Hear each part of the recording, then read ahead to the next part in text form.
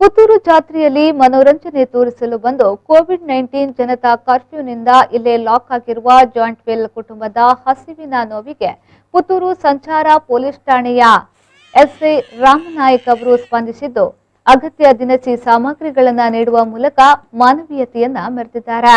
ಬಿಸಿಲಿರಲಿ ಮಳೆ ಇರಲಿ ನಿತ್ಯ ಸಂಚಾರ ನಿಯಂತ್ರಣದೊಂದಿಗೆ ಉಲ್ಲಂಘನೆ ಮಾಡದಂತೆ ಎಚ್ಚರಿಕೆ ನೀಡುತ್ತಿರುವ ಸಂಚಾರ ಪೊಲೀಸರು ಲಾಕ್ಡೌನ್ ಸಮಯದಲ್ಲಿ ತಮಗೆ ಸಿಕ್ಕಿದ ಅನ್ನವನ್ನ ಭಿಕ್ಷುಕರಿಗೆ ನೀಡುವ ಮೂಲಕ ಮಾನವೀಯತೆಯನ್ನ ಮೆರೆಯುತ್ತಿದ್ದು, ಇದೀಗ ಪುತ್ತೂರು ಜಾತ್ರಾ ಗದ್ದೆಯ ಬದಿಯಲ್ಲಿರುವ ಖಾಸಗಿ ಗದ್ದೆಯಲ್ಲಿ ಬೀಡು ಬಿಟ್ಟಿರುವ ಸುಮಾರು 36 ಮಂದಿಯ 4 ಕುಟುಂಬದ ಹಸಿವನ್ನ ನೀಗಿಸುವಲ್ಲಿ ಮುಂದಾಗಿದ್ದಾರೆ.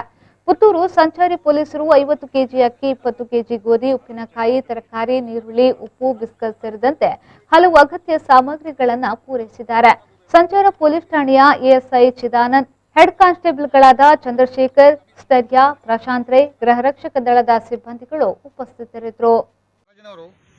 ಮತ್ತೆ ಈಗ ರೋಗ ಎಲ್ಲ ಹರಡ್ತದೆ, ಏನಾದರೂ ಕಷ್ಟ ಇದ್ದರೆ ನಮಗೆ ನೀವು ಬಂದು ನಮ್ಮ ಪೊಲೀಸ್ ಸ್ಟೇಷನ್ಗೆ ಬಂದು ತಿಳಿಸಬಹುದು. ಮತ್ತೆ ನಿಮಗೆ ಊಟಕ್ಕೆ ಸುತ್ತನ್ನೆಲ್ಲ ಕೊಟ್ಟಿದ್ದೇವೆ.